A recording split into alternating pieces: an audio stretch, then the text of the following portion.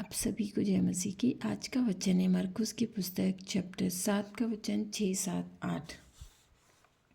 जैसा लिखा है, ये लोग होठों से तो मेरा आदर करते हैं, पर उनका मन मुझसे दूर रहता है, और ये व्यर्थ मेरी उपासना करते हैं, क्योंकि मनुष्यों की आज्ञाओं को धर्मोपदेश करके सिखाते हैं।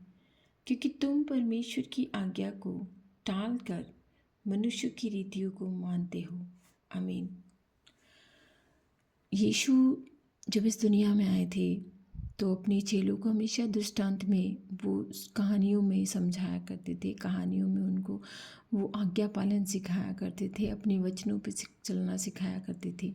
तो उन्होंने एक ऐसा ही आज्ञा पालन के बारे में जब उपदेश दिया था तो ये कहा था कि लोग होठों से मेरा आदर करते हैं, लेकिन उनका मन मुझसे बहुत दूर है। अपने मन को टटोल के देखिए, क्या हम होठों से ही आदर कर रहे हैं या हम मन से उसे पुकार रहे हैं?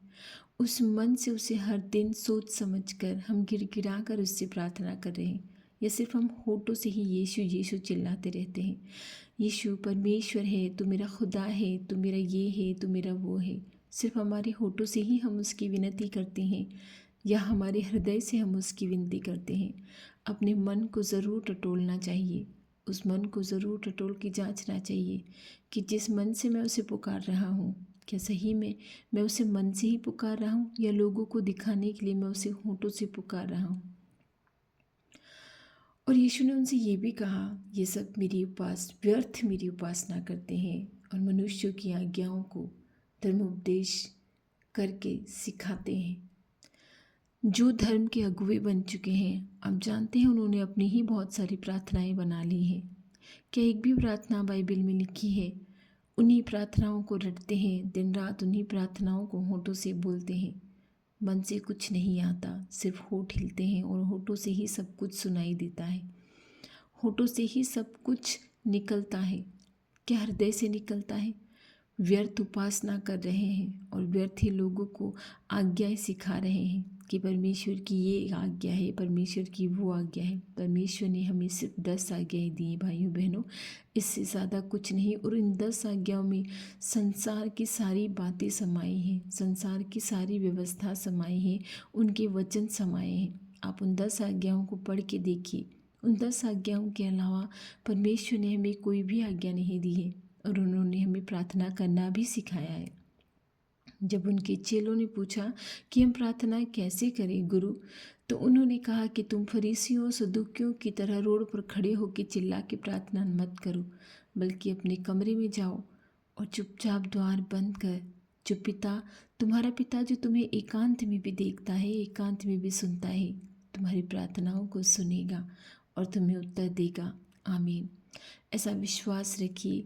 चिल्लाकर प्रार्थना करने से परमेश्वर नहीं मिलते हैं।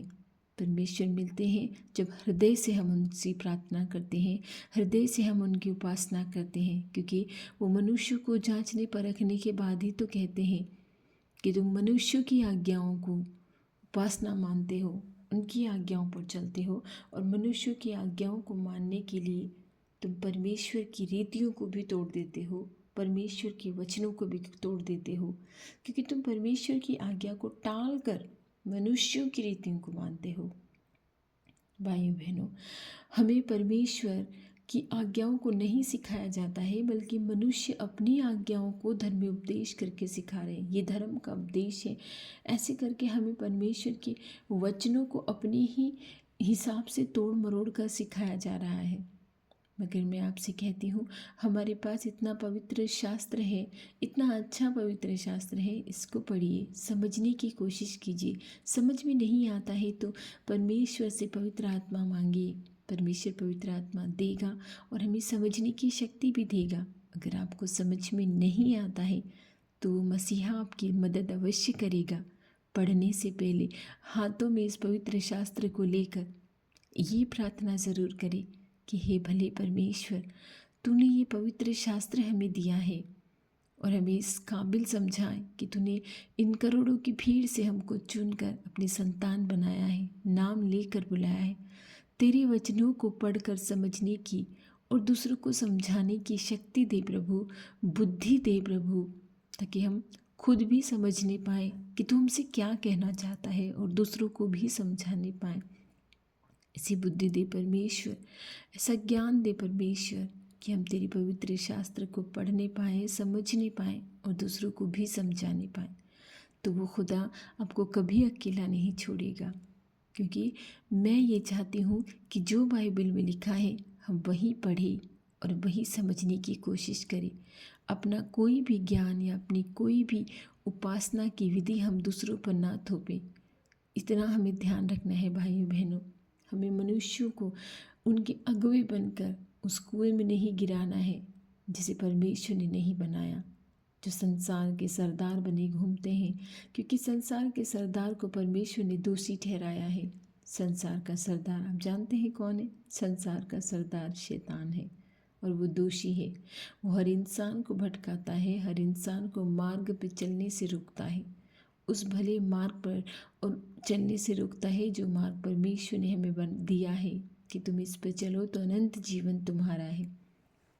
मैं आपसे अनुरोध करती हूँ कि जो कोई मेरे साथ प्रार्थना करता है, मेरे साथ वचनों को सुनने समझने की कोशिश करता है, आप कोशिश कीजिए, परमेश्वर के वचन पढ़िए। जब भी आपको समय मिले आप उनके वचनों को पढ़िए और समझने की कोशिश कीजिए कि परमेश्वर हमसे क्या कहना चाहता है, वो खुदा हमसे क्या कहना चाहता है। वो ज़रूर हमें बुद्धि देगा कि हम उसके वचनों को समझने पाएँ। मैं मनुष्यों की रीतियों को बिल्कुल नहीं मानती हूँ। मैं उनकी प्रार्थनाओं में लगी रहती थी जो मनुष्यों के द्वारा किताबों में छपी हैं।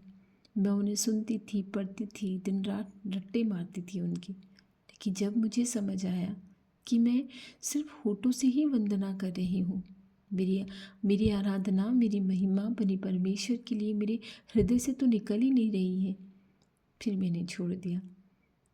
जब मुझे ये वचन मिला कि संसार